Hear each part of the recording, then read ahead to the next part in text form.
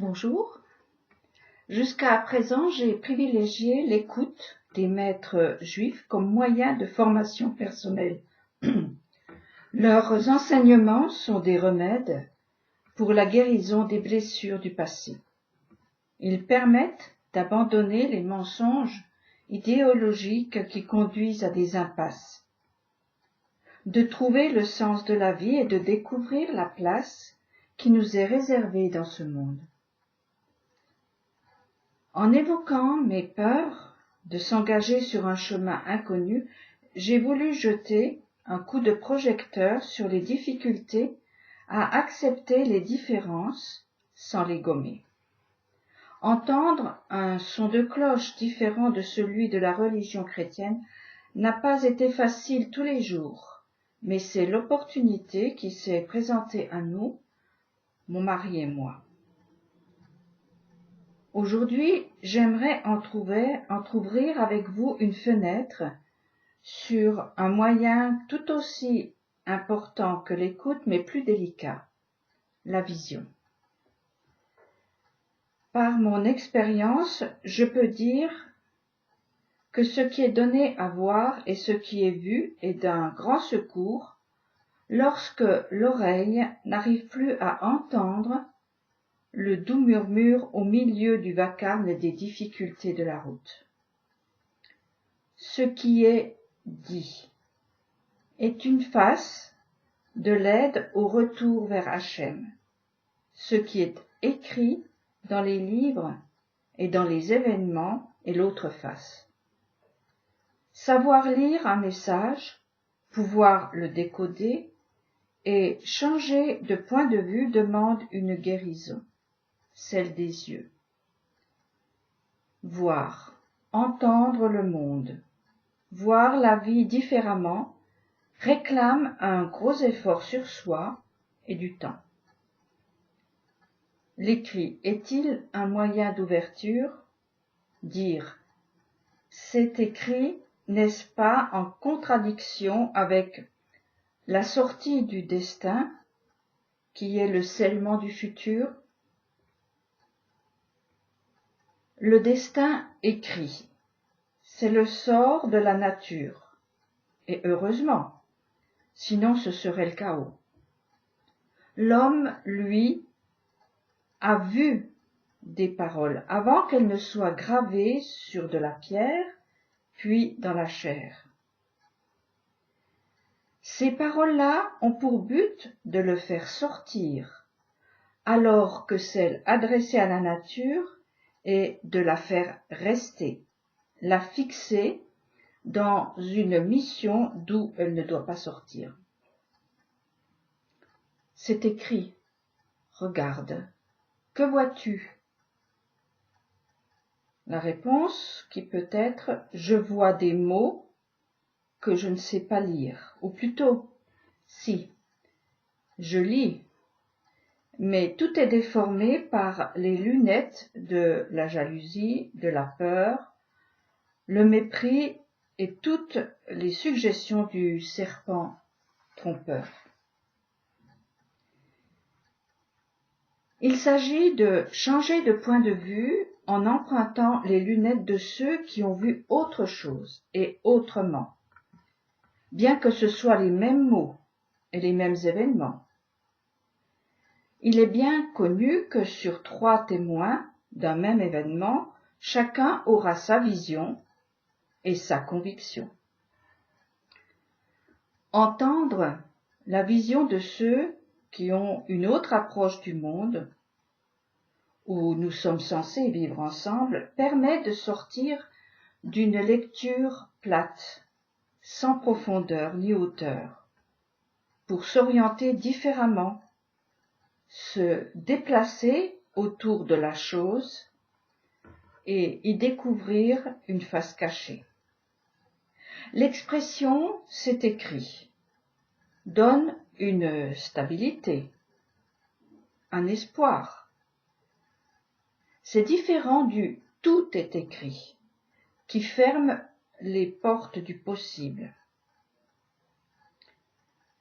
Avec « tout est écrit », tout est prévisible. Tout est maîtrisable, il suffit de trouver comment. Et c'est la science qui va s'en charger avec succès. Pourtant, plus elle avance, plus elle est dépassée par des phénomènes non contrôlés, tels que la terreur, la haine, les épidémies où les virus rivalisent d'ingéniosité pour échapper à ces contrôles. Tonneau des Danaïdes qui roule sans cesse et ne se remplit jamais. Alors, l'écrit serait-il le piège à fuir au profit de l'écoute? Moïse a beaucoup écouté, parlé, ordonné. Moïse, qui est le maître incontesté et incontestable de tous les temps, a commencé sa mission par une vision.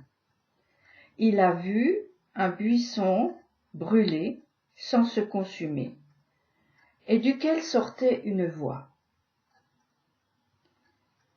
Ce buisson, qui a attiré les pas du berger, était comme un étendard dans le désert ou un feu clignotant.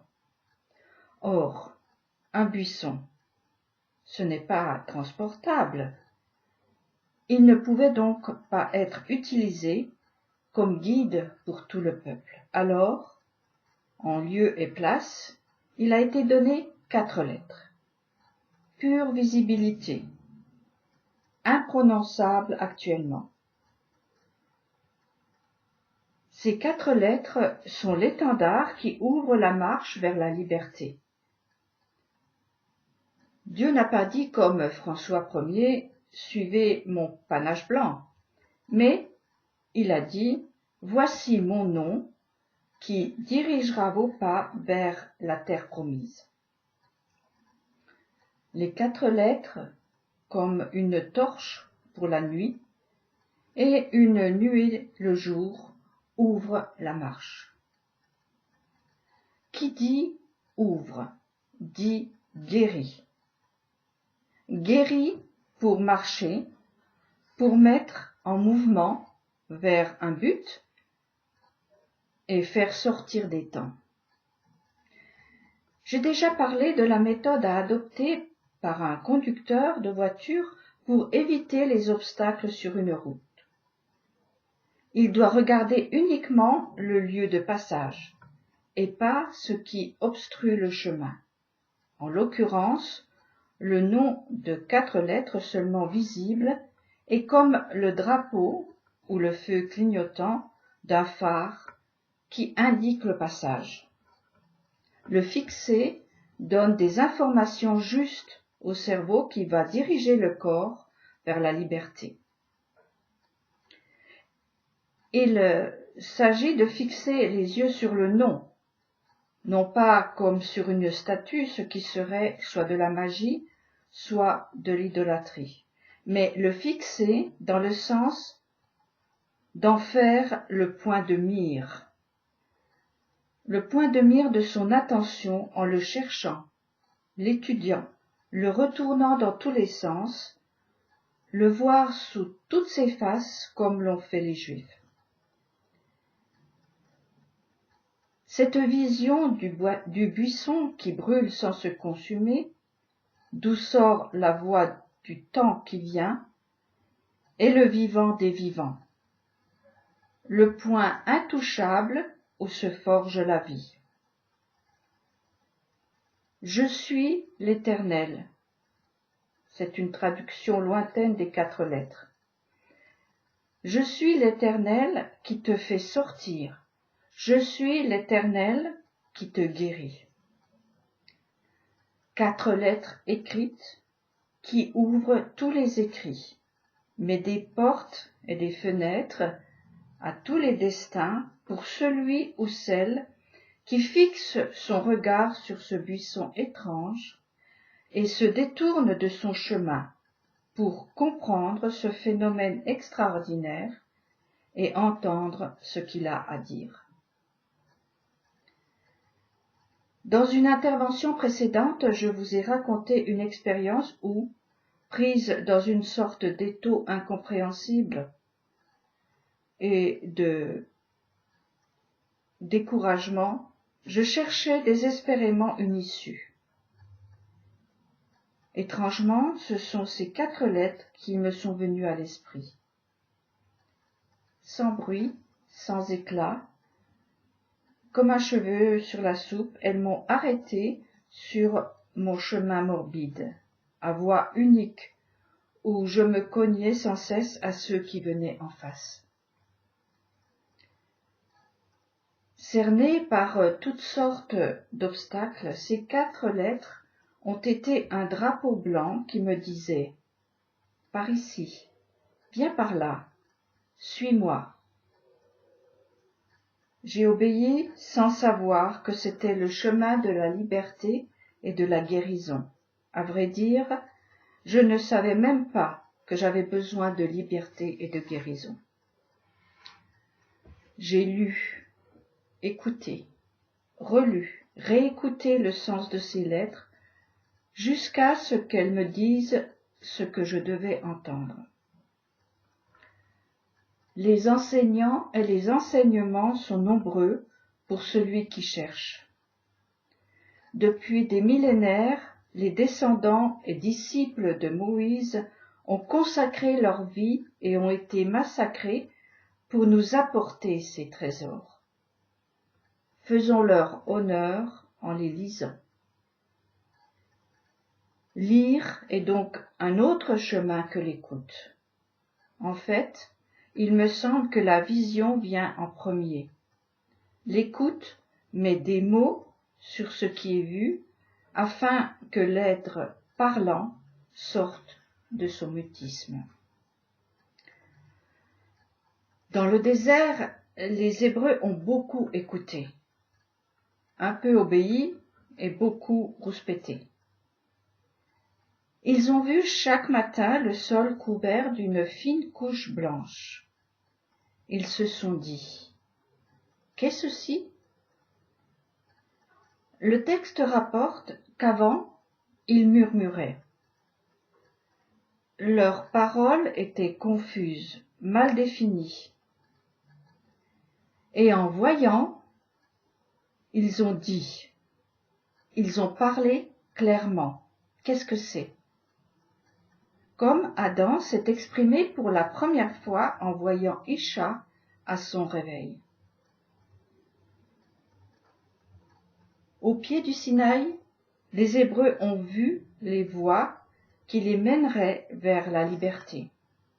Voir, ouvrir les yeux, découvrir un autre point de vue que le sien, ouvre la bouche et fait sortir du babillement enfantin.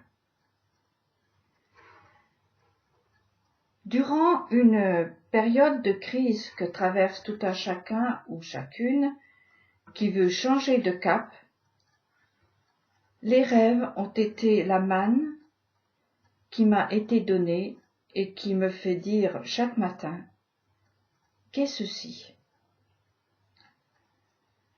Ces rêves étaient comme des petites boules blanches que je mâchais toute la journée comme une boule de gomme.